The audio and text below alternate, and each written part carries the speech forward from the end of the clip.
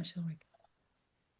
Welcome, beautiful souls. I have got with me my beautiful friend, soul sister, and client, Sarah Bradnock, and it is so deliciously juicy to have you here to share a little bit about your work and also a little bit about my work from somebody else's perspective about how we co-create together in the world. And so thank you so much for your time, first and foremost, and I'm celebrating you for the deep dive that you have taken into the mini program that they're running at the moment called the Tall Poppy Voice Invisibility Challenge.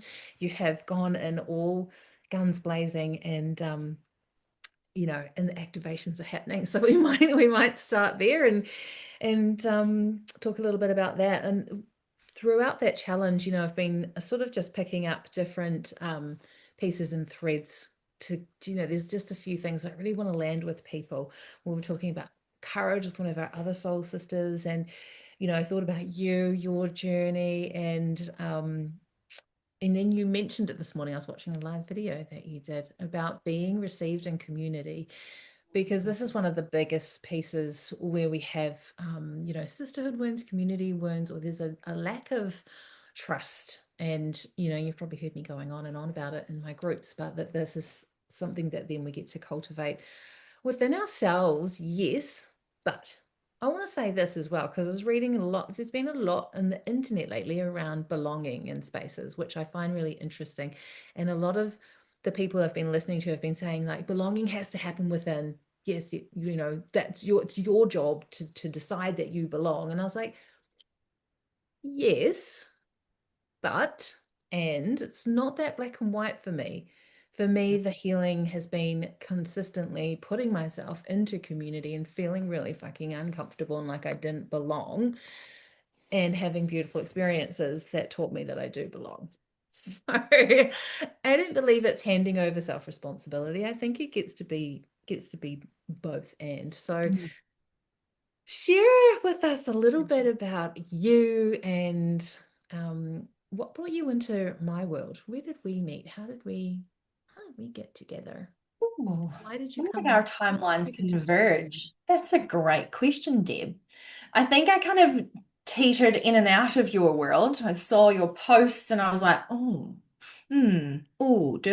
do I trust this person?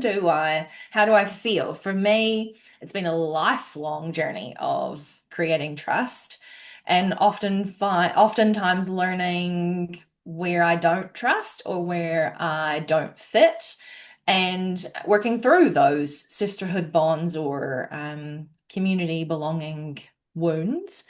And I think for me, teetering in and out was like me also expanding my capability and capacity to trust, and also kind of working on my spidey senses of, oh, where is an edge for me? Of is this too far too fast or is there something that I'm ready to lean in a bit more to. And so I think I teetered in and out. I did like a few months little challenges because I love how you do those as like little taster sessions of come and get a glimpse of the magic and a glimpse of the community. And then it must have been in June when I went, let's have a conversation about Soul Seed. And I'm ready to dive. So I think July was when the portal really opened and I stepped fully into the Soul Seed community. And the retreat is where things really went Mm. for me, of feeling fully safe in in-person connection, because up until that point everything was online, and seeing beautiful faces on Zoom and being part of the community digitally for me is a lot different from being in person and being fully myself 24/7. It wasn't quite seven, but 24 hours a day in this beautiful space with some really, really nourishing souls of people who were like, bring all the magic, be yourself. So yeah, that was a huge healing weekend for me. Yeah, it was amazing. And thank you for being there and adding your light to it, because it became really obvious for me too. And I was already feeling this as like, this is really where I love to shine and where I love to do my work the most. I mean, it's incredible what we can do online, the way we Mm. can weave our quantum magic and have epic healings and things online. But there's also something really different about being in person. And, we're in this really interesting time in our evolution where the smoke and the mirrors are clearing and it's becoming really a lot easier to discern. But also in person, frequency is so much more felt, isn't it? Mm. We're sensitive beings. And so you really get to, it's like all the masks are dropped, right? Especially on a retreat. You're with each other 24/7 for multiple days. So there's no hiding. There is no hiding, and we get to just drop all any residual kind of, I don't know, performance or masks that we might be wearing, habitually in the online space as well, in the name of professionalism or whatever. uh, so I love that for you, and I love that for me as well. So I'm bringing more in person events into Soul Seed. So with we've got lots of beautiful ideas for our 5D Reiki course, which is a part of Soul Seed.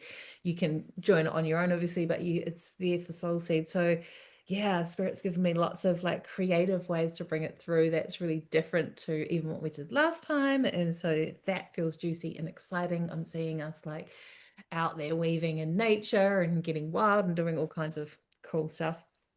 And then, yeah, even just mini retreats or weekends where we can, get into the body, because let's face it, that's where the shifts truly, truly anchor. And it feels like this year is the year of that anchoring, like all the things we've been creating get to anchor. So I want to celebrate you for, do you want to speak or can you share anything with anyone about how, you know, and I probably, yeah, probably have a similar journey as well, where you've had lots of experiences that have been like you say, not the most positive around trust, but they do expand you in some way, and you choose to keep stepping in anyway, rather than letting whatever's going down pull you backwards. Is it a mindset thing? Did you change the way you were looking at things? Was it energetic? What was it for you? Oh, I think there have been many layers of these lessons, right? Because I feel like for me personally, my spiritual journey has been like this weird and wonderful roller coaster where I often use the phrase like keep your arms and legs in at all times, buckle up for the ride. So And true. along that, roller coaster of loop-de-loops and ups and downs and G-forces are like really feeling like some of it's quite out the gate. But I've landed in Wananga and workshops where I'm like, I don't really know why I'm here. And when you do the first like go around the room and tell us why you're here, and I'm like, I don't know. I'm just here. And then, ending up on a journey where you really follow someone and you kind of in that point in my life, it was like, oh, I want to be part of this group, part of this collective. And then what I've learned is that I was pedestaling people and I was creating this hierarchy of they're better than me. And in some ways, that there was definitely knowledge that I was in that group to learn, but I also didn't know where the boundary was of when it was time for me to exit.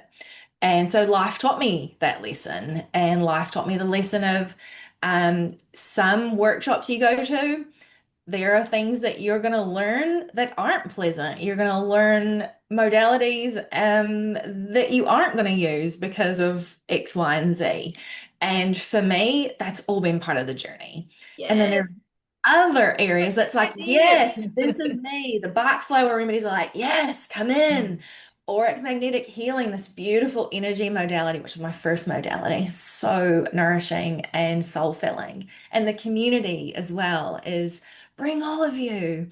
And it's still uplifting and empowering, even though I've gone on lots of other journeys and added in so many other modalities. But knowing the spaces that uplift my spirit and I feel like I can be all of me and not wear a mask. And then also being in spaces where it's like, oh, these people don't like when I do X. These people don't like when I play this instrument. So it's like I'm instantly masking in front of those Mm, people and in those groups. And mm, it's like, I'll come mm. home and I'm like, oh, it was such a big day and my energy will be drained. Whereas Yeah. when I like come back from other things, it's like, oh my God, that was amazing and I loved it. Like, it's such a different energy when you come home and can land in, home is where you should be able to take all the masks off and derobe and be like in your safe place. And so Love that you that's said that with the word yeah. home as well, because that's exactly what I wanted the shift for Soulseed to start to create this year. Is like I was really bored with just like this is a business program, this is an online program. I was like, I'm bored. I'm bored with that. If I'm bored, they're gonna be bored. Because it's like, we're so much more than that. And I think that we're craving connection, we're craving community, we're craving realness, we're craving the permission to just be ourselves. And you've tapped into a couple of really key amazing things there that I want to speak into, which is the contrast is a beautiful teacher. And I'm not into like naming and shaming people, spaces, things Mm, because they didn't give us the thing that was written on the brochure or whatever, because you learned something. You might learn that that's not for me. That's valuable learning. That's just as valuable as the other stuff, right? So I think when we're always looking at it like we can always get value everywhere we go, that's super mm, powerful and empowering.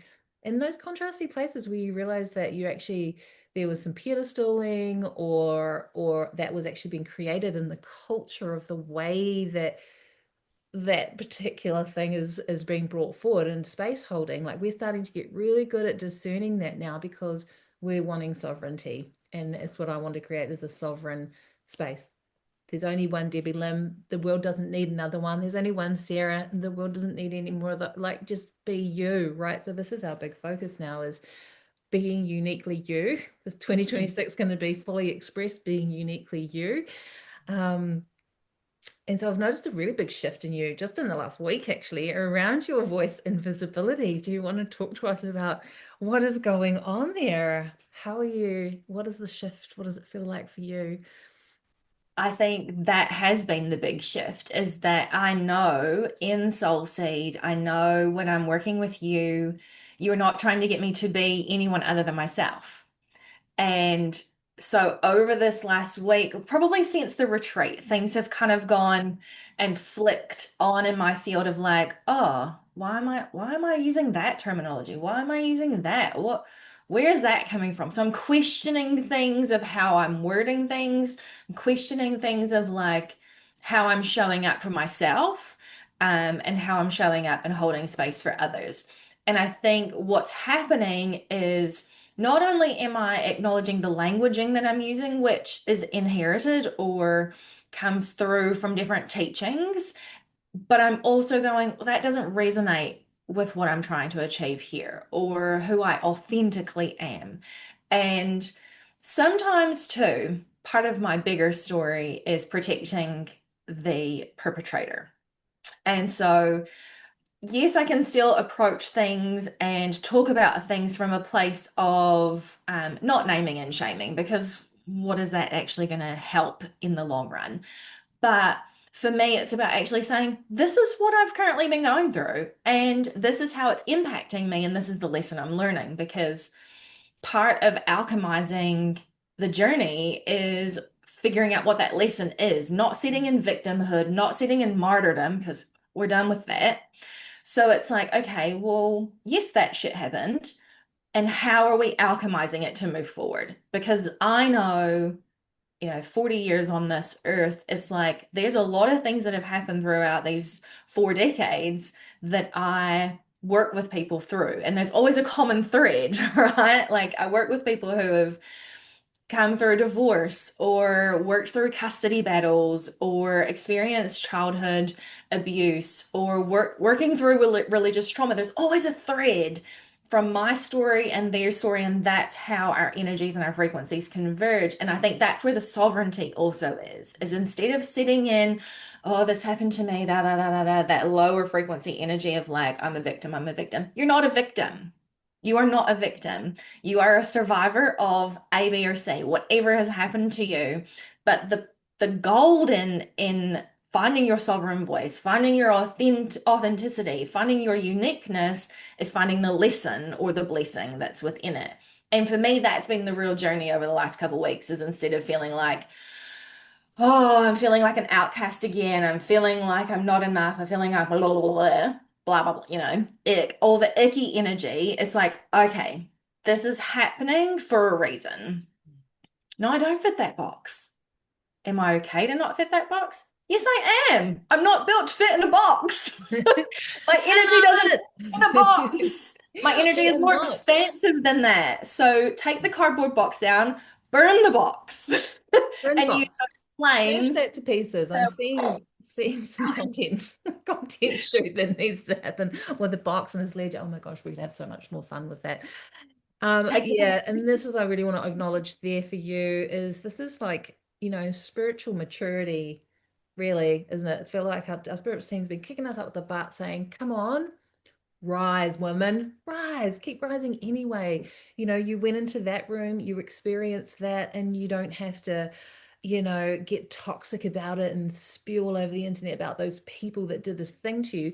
But you can call it out in a beautiful, empowering, and inspiring way when you start to do what you're doing, which is really watching the words. And this is what came through for me this morning when I was sitting in my little daydreamy moment receiving for the day was it's been my journey of finding my own authentic expression with words. Like I do it with paintings easily. I do it with other ways easily, but with the words, it's been difficult. And so I have found myself like using other people's words, other people's terminology. And it's funny, like all of the attacks that I've received in the community have been about that exact thing. And so I had to just go, what the frick is this? What is this? And then I saw it Mm, reflected back to me in a different way this morning. But I was like, I see it. It's like when you're not fully safe to be expressed in who you are, you're not fully owning your magic and all of the multidimensional, all the weird stuff, about stepping out of the galactic broom closet, as we discussed in the challenge, then you're always gonna like using someone else's words as just a way of hiding, really, isn't it? It's a way of masking. mm, It's easier to just like teach their thing that they taught me, but now it's really cool. It's like we're really starting to see this spin out. And that starts with exactly what you're doing, that awareness of like, are these my words or is that someone else's? And questioning, well, I was taught that, but is that the way that I want to transmit it? Because you want to be Sarah, you want to transmit it through Sarah's voice, me through mine. And I think with all of this perfect chat GBT posting and whatnot, people are really going to be craving your original, authentic voice, even if that is a bit messy, but like they'll be able to feel the realness of it. So I'm celebrating that for you so much and what that's going to open up. How does it feel in your body? How does it feel in your voice to be in that permission, in mm. that space? Well, it feels very raw. Is probably how I'd describe it today. It feels raw. I've got this like really wild headache kind of happening, and but I know it's energetic, and I think that's also more awareness that I've brought around what is happening in my body is not necessarily a physical thing, it's an energetic thing. And I think that happened during the frequency shift when we did so much in the frequency shift and really becoming more aware of my body and knowing that it's going to tell me, it's going to show me these little signs and signals that um maybe aren't even mine. Because that's also something I notice when I work with people is if I have somebody coming in the afternoon and my body's giving me signals in the morning, I'm like, is this mine? Is this giving me information about what's about to happen? So there's also that discernment that I'm growing capacity for within myself. And I think for me and my body right now, this week, throughout the Tall Poppy Visibility Challenge, I have felt very activated. I have felt my throat kind of do this weird, like little scratchy thing. And I'm like, oh, that's an edge. That's a and then I have to pause and do my own like breath work techniques of like, you're safe in your body, you're safe to share this, and then like checking with myself of and I'm like, okay, yeah, very activated at the moment. Making Love it. sure that I'm like posting things from a grounded space and not Mm. just word vomiting or trauma vomiting online or in spaces and just being like, Yeah, it's all you about are boundaries, in isn't it? safe. And being able to hold yourself through that, because you'll notice, like, I think we've got a whole mini container that wants to birth around how to tell story well, how to be in our bodies and in our power when we transmit our stories so that they're received differently, how to clear the unseen blocks that we have, that we want to be heard but we're not being heard. And then the boundary piece, because you know what it's like, is like when people put too many, it's just about personal and all, and they're like, why is no one responding to my post? And it's like, well, it's just like reading your diary. I don't feel like it's helpful for me, because let's face it, like people that are scrolling are like, how does this help me? Mm. Might love you, some of them might, but some of them don't give a fuck either. They just want to know, like, how can you help me? I'm stuck right now, how can you help me? Oh, I love it. Okay, so for our viewers out there, could you give us a little Sarah spin then through your own beautiful, authentic voice on, like, how would you describe soul seed to someone that's like, what are you guys talking about? What is that? Um, yeah, what's in it? There we go. Let's use that. What's in it for me? Why would they want to join? What would you say, knowing that there's What's in it for absolutely. them? Soul seed deliciousness. For me, Soulseed has been this supportive community of women who, yes, we're all in soul-led businesses, but we're all so uniquely different. And I love that we're all very heart-led, soul-driven entrepreneurs in our own way, but we can see each other and we can hold each other and support each other on our individual missions. And that was really highlighted in person of like, oh, that's so magical. And you can hear the passion in their whole energy field vibrate when they're talking about the different codes that they are here to anchor. I also love the online portal. I love how we have access to deep dive into the previous masterminds before before I joined Soulset. I'm like, oh, what's that? And can go in and experience this There's other like two beautiful more that I haven't even uploaded in there. Anyway, good. I'm glad that you enjoyed the half finished portal. Good. Yes. Continue. I love the portal. I love that it's all there and I can access it in my own time. Like if I've got a couple of hours, I can pop in and, you know, sprinkle some magic in my day of reminding, like doing the breathwork stuff or doing a little bit of yoga with you or just like dipping in and out of other things that maybe not didn't land the first time even, or just experiencing things when my energy is ready. And stepping into 5D Reiki, also like starting that journey because Reiki, the first time I did it, didn't really resonate with me. And so, like, opening up myself, my capacity, my curiosity to go, is this something I want to, is this something I want to engage with? And having the recordings there to do and pause when I'm like, okay, is this working for me or not? And I know that's my own journey, and I love that it's there for me when I'm ready for it. So I feel like also like the hot seat coaching is a glorious little opportunity to be like, oh yeah, let's pop into that Zoom session tonight and receive some real one-on-one or one-on-two coaching that I've had in the past is just so lovely. And also the support that you wrap around of, having Lani available when you've gone away. Lani's there for us. And it's just this beautiful community of women who support each other. And for me, that's been the Mm. golden little shimmery light of support and encouragement and guidance with some of the masterminds. It's been great to, have things to work through and prompts to kind of go, okay, well, what is the vision? What are you creating? Here's the sales pathway. Well, how is that going to work for me?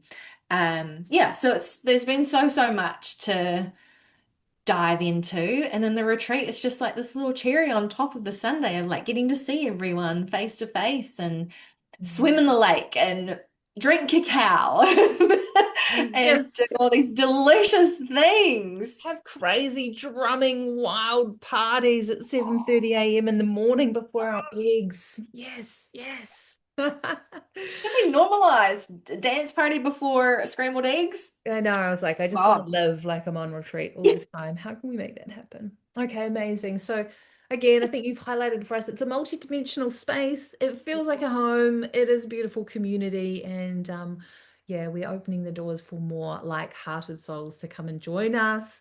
And And also just, you know, I think for you too, like I just changed my sales pathway a little bit before you enrolled. And I remember on when you were deciding whether to say yes or no, like we actually just went into the body and were like, this is what my sacred yes feels like, and this is what my no feels like. And then I gave you some space to go away and anchor that in and come back in a sovereign way. And so I'm really enjoying like enrolling people in this way now, and there's just no pressure. It just feels good. It feels good for me, it feels good for you, and then a great experience is had by all.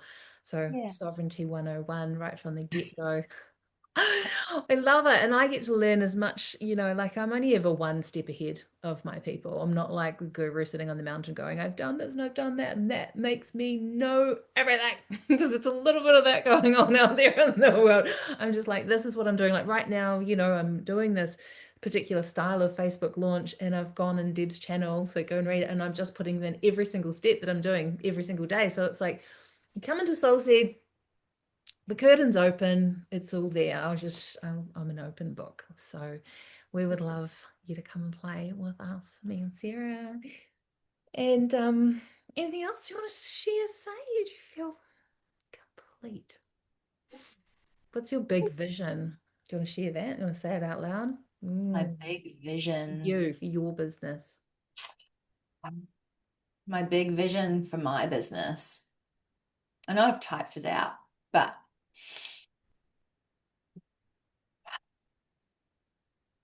my big vision for myself and my business is to help hold people, particularly women and mothers, on their journey to reclaiming their voice, reclaiming their energy, reclaiming their serenity, their divine portal of who they are so that they can show up more fully for themselves and their families and their communities.